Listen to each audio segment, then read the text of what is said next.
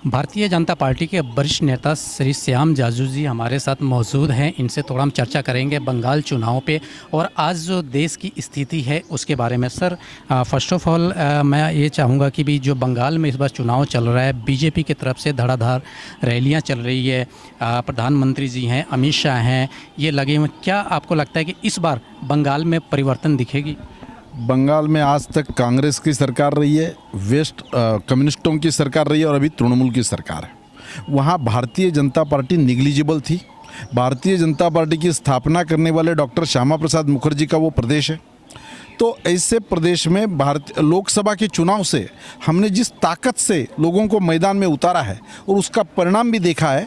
लोकसभा में पहली बार वहाँ हमारा एक भी विधायक ना होते हुए भी हमने 18 एमपी जीता के लाए थे और वही परिवर्तन की लहर अभी भी वहाँ चल रही है। और इस चुनाव में निश्चित रूप से मेजॉरिटी में वहाँ भारतीय जनता पार्टी जीत रही है।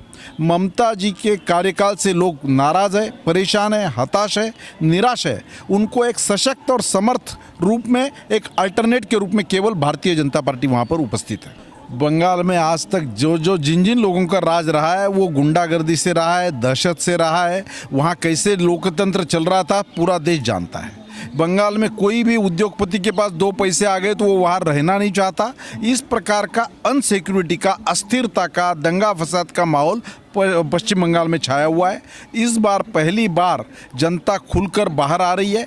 जनता अभी नया परिवर्तन करने का जनता ने ठाना है और निश्चित रूप से वहाँ पर परिवर्तन का परचम लहराया गया। देश में जिस तरह से इस बार लोग के अंदर है कि महंगाई है, जैसे हम पेट्रोल की बात करें या और को लेके, तो क्या लगता है कि इसको लेके बंगाल चुनाव पे असर पड़ेगा?